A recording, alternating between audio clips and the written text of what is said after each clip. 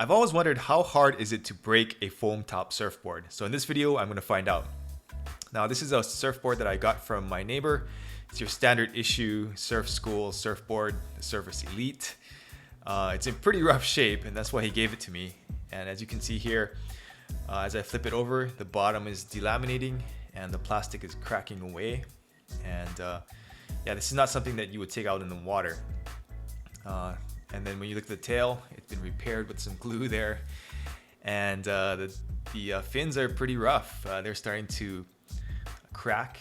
And although they're staying together while I'm doing that to the fin, you can see the cracks in them. And then on the other side, when I actually chip away at it, the plastic comes off the base of the fin. So yeah, this board, needless to say, is not in the best shape, but keep that in mind as I go through this video. So the first test I wanted to try out was to just throw the board up and make it land flat. And there I am trying not to be suspicious as people walk by. Okay, so I picked up the board and I lifted it up and I wanted to see how it would perform if I just threw it up and it landed flat. So here we go. Okay, as I expected, not a whole lot of damage there. As I looked at the board, yeah, the fin broke, but we were expecting that pretty much. But the core of the fin is still there. And I just cleaned up part of the black covering on there. And then the surface of the board looks good. No cracks or anything. So yeah, so it passed that test.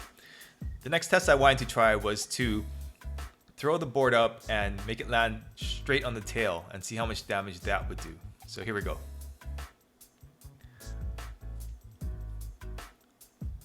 Okay, as you might expect, did some pretty good damage to the tail, especially with the covering peeling away. So at that point, I took off the leash and I decided to try my next test, which was a metal pipe. So I wanted to see how banging on the board with a metal pipe would affect it. Okay, maybe I could have banged harder on that, but as you can see, it just left some dents. So that's a good sign. You know, these boards are pretty durable, even in this messed up shape. So the next test was the crack test, which I knew would probably break the board. But it wasn't as easy as I expected. It took a few tries.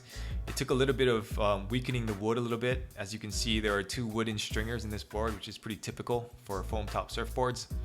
But it held up pretty well, especially in this old rundown condition. And so the final test I wanted to do was to try and break the back third of the board. I knew the front third would be easy, but the back third turned out to be more difficult than I thought. So I tried 2 hands, 1 hand, I tried stomping on it, I tried several times, and I still couldn't get it to go. And as you can see here, I was gonna give up, and I was like, oh, one more shot, let's try it one more time.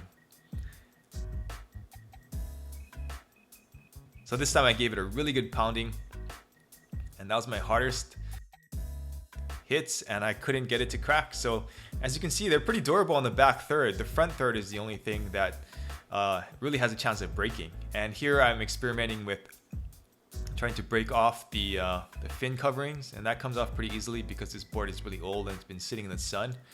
But the cores of the fins are actually quite durable. As you can see, I was stepping on them, I couldn't break the cores. So those are quite strong. So if you're worried about the durability of these foam top surfboards, most of them are quite strong and can handle a pretty good beating, as I've shown in this video.